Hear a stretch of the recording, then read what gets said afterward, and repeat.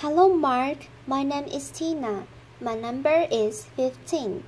I'm a sophomore at NCUE. Today, I'm going to read a speech called The Laws That Sex Workers Really Want by Toni. I want to talk about sex for money.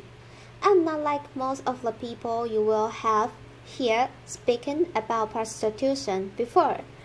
I'm not a police officer or a social worker. I'm not an academic, a journalist, or a politician. And as you probably have picked up from Marian's blurb, I'm not a nun either. Later, most of those people would tell you that selling sex is degrading, that no one would ever choose to do it, that it's dangerous, women get abused and killed. In fact, most of those people would say, there should be a law against it. Maybe that sounds reasonable to you. It sounded reasonable to me until the closing months of 2009. When I was working to that end, minimum wage jobs. Every month, my wages would just replenish my overdraft. I was exhausted and my life was going nowhere. Like many others before me, I decided sex for money was a better option.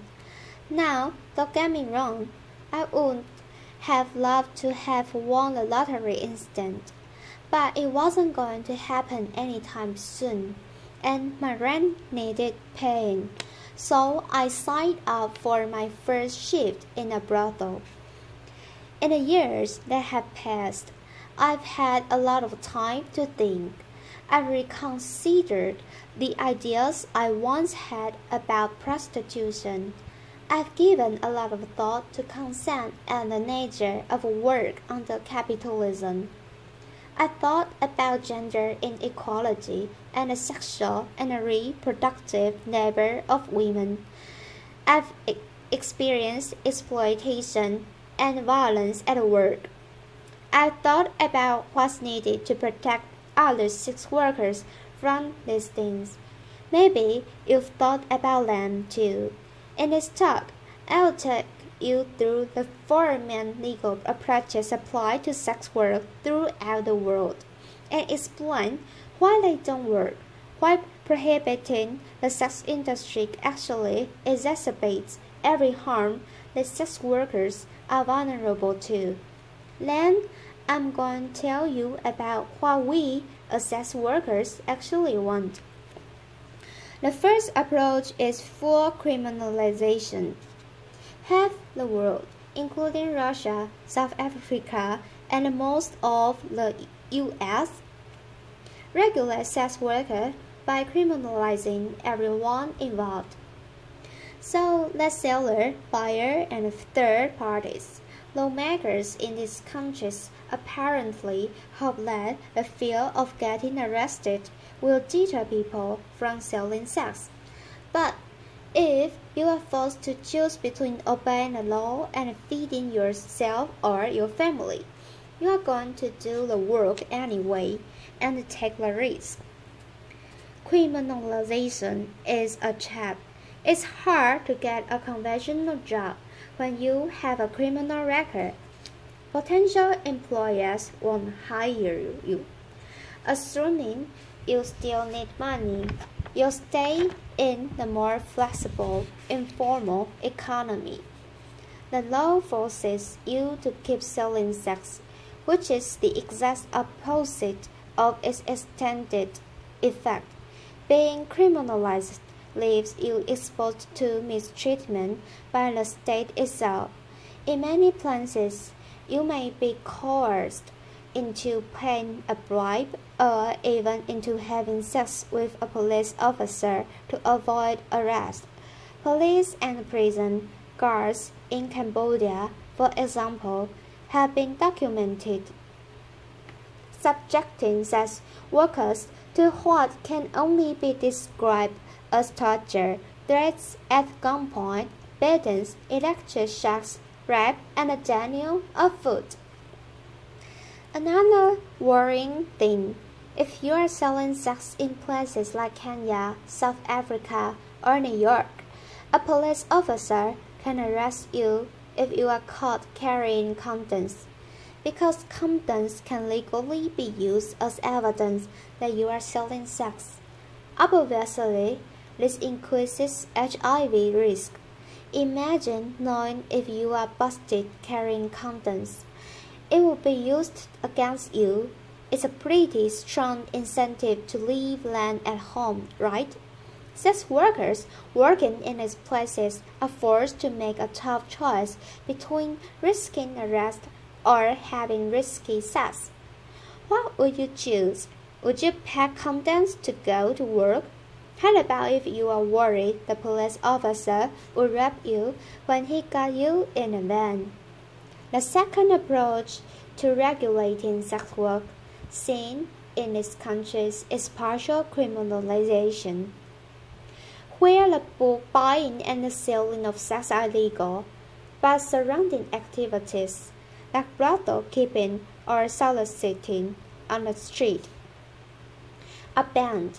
Laws like this we have learned in the UK and in France essentially say to us sex workers, hey, we don't mind you selling sex, just make sure it's down behind closed doors and all alone.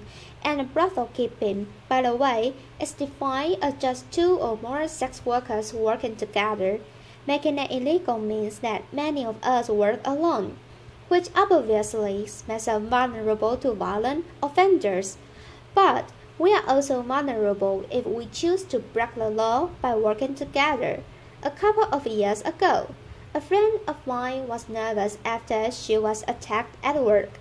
So I said that she could see her clients from my plans for a while. During that time, we had another gun turned nasty. I told the guy to leave or I'd call the police, and he looked at the two of us and said, you girls can call the cops. You are working together. This plan is illegal. He was right. He eventually left without getting physically violent. But the knowledge that we are breaking the law empowered the man to threaten us. He felt confident he'd get away with it. The prohibition of street prostitution also causes more harm than it prevents. Firstly, to avoid getting arrested, street workers take risks to avoid detection, and that means working alone or in isolated locations like dark forests where they are vulnerable to attack. If you are caught selling sex outdoors, you pay a fine. How do you pay that fine without going back to the streets? It was the need for money that saw you in the streets in the first place, and so the fines stack up, and you are caught in a vicious cycle of selling sex to pay the fines you got for selling sex. Let me tell you about Mariana Boba, who worked in Redbridge, East London. The street workers and her pet would normally wait for clients in groups for safety in numbers and warn each other about how to avoid dangerous guys. But during a police crackdown on sex workers and their clients, she was forced to work alone to avoid being arrested. She was stabbed to death in the early hours of October 29, 2013. She had been working later than usual to try to pay off a fine she had received for soliciting. So, if criminalizing sex workers hurts them, why not just criminalize the people who buy sex? This is the end of the third approach I want to talk about, the Swedish or Nordic model of sex work law. The idea behind this law is that selling sex is intrinsically harmful, and so you are, in fact, helping sex workers by removing the option. Despite growth in support for what's often described as the end-demand approach, there's no evidence that it works. There's just as much prostitution in Sweden as there was before. Why might that be? It's because people selling sex often don't have other options for income. If you need that money, the only effect that a job in business is going to have is to force you to lower your prices or offer more risky sexual services. If you need to find more clients, you might seek the help of a manager. So you see, rather than putting a stop to what's often described as pimpy, a law like this actually gives oxygen to potentially abusive third parties. To keep safe in my work, I try not to take bookings from someone who calls me from a withheld number. If it's a home or hotel visit, I try to get a full name and details. If I work under the Swedish model, a client would be too scared to give me that information. I might have no other choice but to accept a booking from a man who is unchanceable. If he later turns out to be violent, if you need their money, you need to protect your clients from the police. If you work outdoors, that means working alone or in isolated locations, just as if you were criminalized yourself. It might mean getting into cars quicker. Less negotiating. Time means snap decisions. Is this guy dangerous or just nervous? Can you afford to take the risk? Can you afford not to? Something I'm often hearing is, prostitution would be fine if we made it legal and regulated it. We call that approach legalization, and it's used by countries like the Netherlands, Germany, and Nevada in the US. But it's not a great model for human rights, and instead control prostitution, commercial sex, can only happen in certain legally designated areas or venues, and sex workers are meant to comply with special restrictions like registration and forced health checks. Regulation sounds great on paper, but politicians deliberated make regulation around the sex industry expensive and difficult to comply with. It creates a two-tiered system, legal and illegal work. We sometimes call it backdoor criminalization. Rich, well-connected brothel owners can comply with the regulations, but more marginalized people find this hoop impossible to jump through. And even if it's possible in principle, getting a license or proper venue takes time and costs money. It's not going to be an option for someone who is desperate and needs money tonight. They might be a refugee or fleeing domestic abuse. In this two-tier system, the most vulnerable people are forced to work illegally, so they're still exposed to all the dangers of criminalization I mentioned earlier. So it's looking like all attempts to control or prevent sex work from happening makes things more dangerous for people selling sex. Fear of law enforcement makes them work alone in isolated locations and allows clients and even cops to get abusive in the knowledge they will get away with it.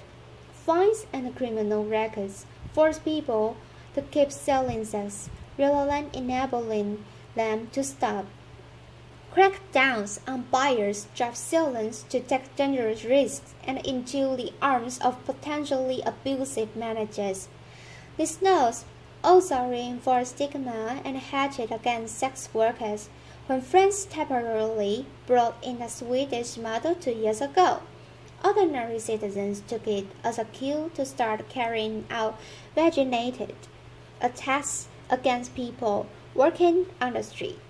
In Sweden, opinion surveys show that significantly more people want sex workers to be arrested now than before the law was brought in.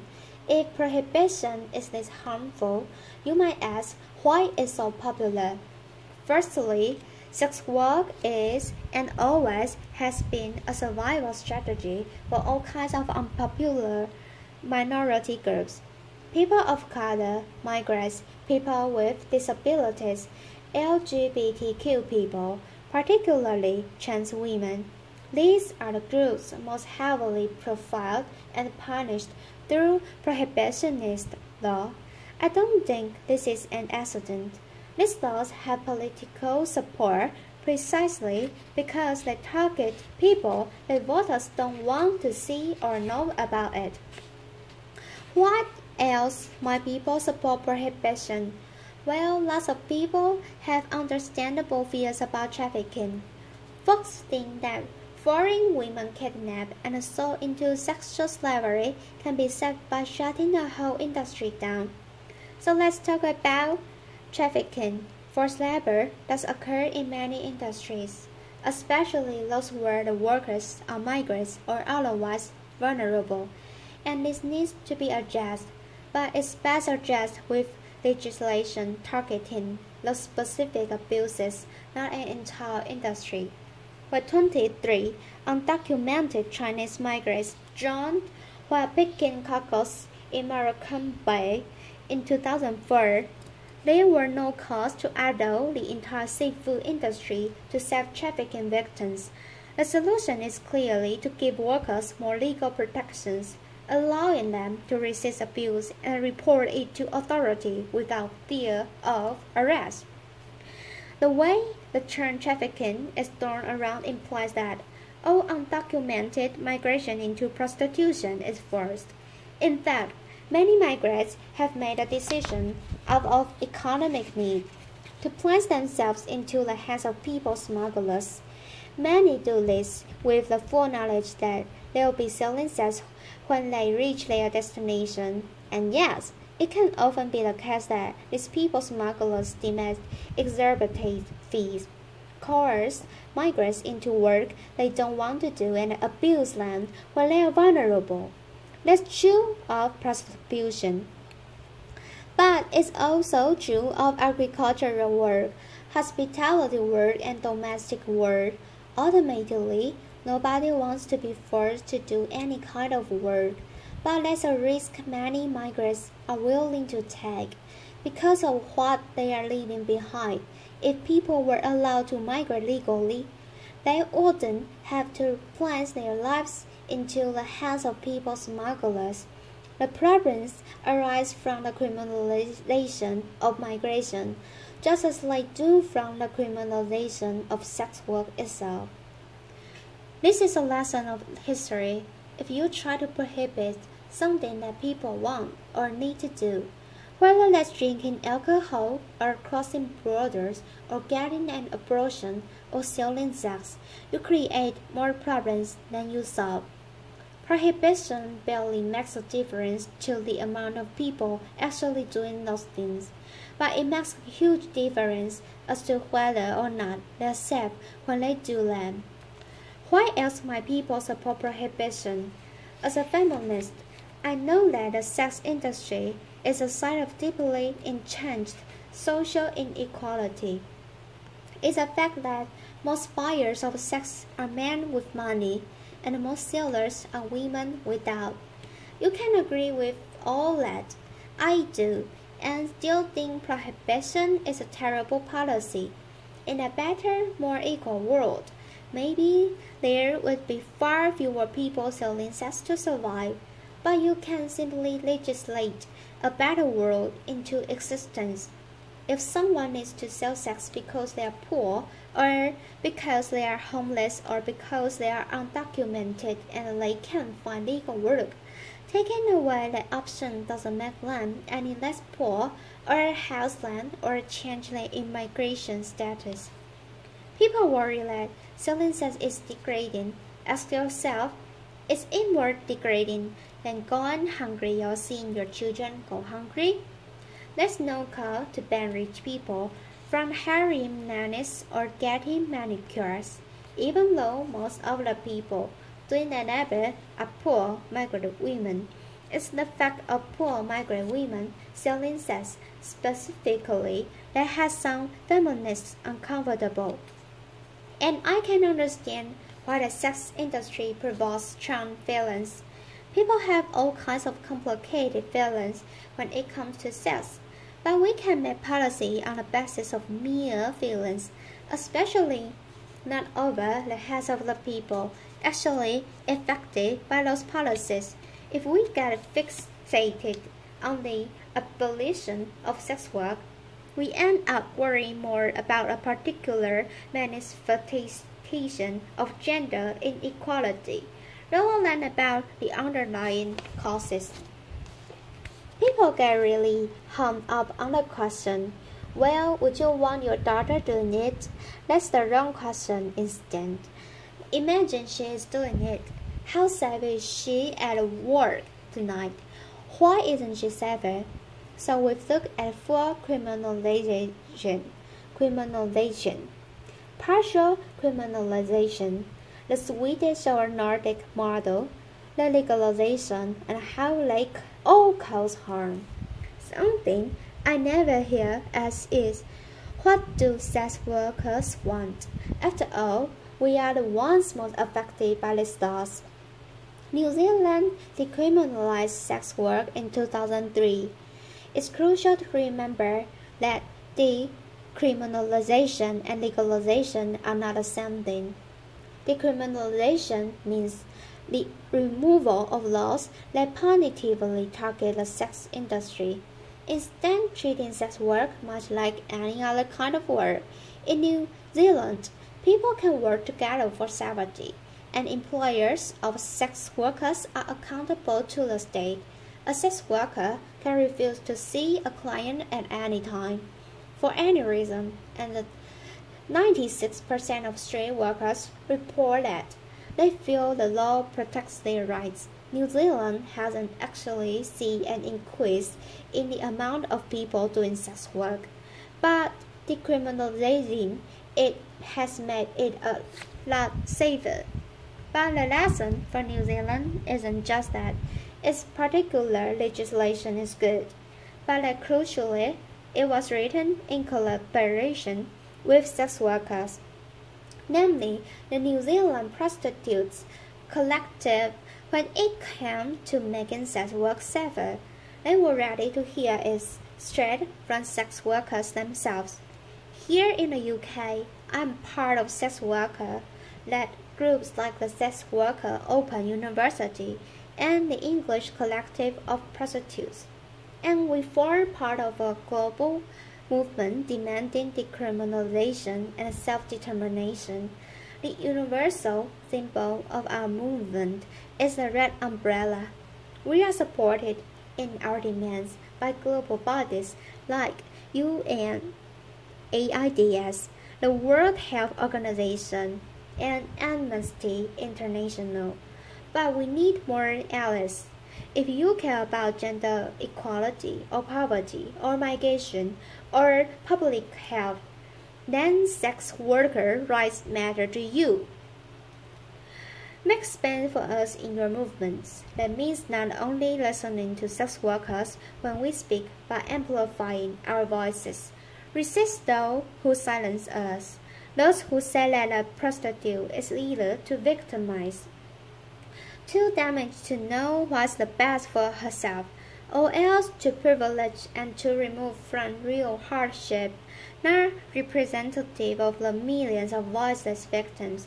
This distinction between victim and empower is imaginary. It exists purely to discredit sex workers and make it easy to ignore us. No doubt many of you work for a living. Well, sex work is work too, just like you. Some of us like our jobs. Some of us hate them.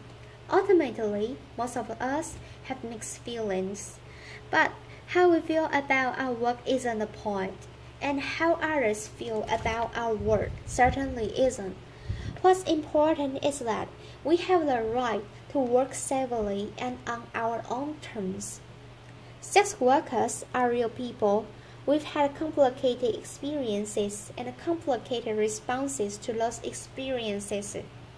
But our demands are not complicated. You can ask expensive askers in New York City, brothel workers in Cambodia, street workers in South Africa, and every girl on the roster at my old job in Soho. And they will all tell you the same thing. You can speak to millions of sex workers and countless sex work-led organizations. We want for decriminalization and labor rights as workers. I'm just one sex worker on the stage today, but I'm bringing a message from all over the world. Thank you. Applause.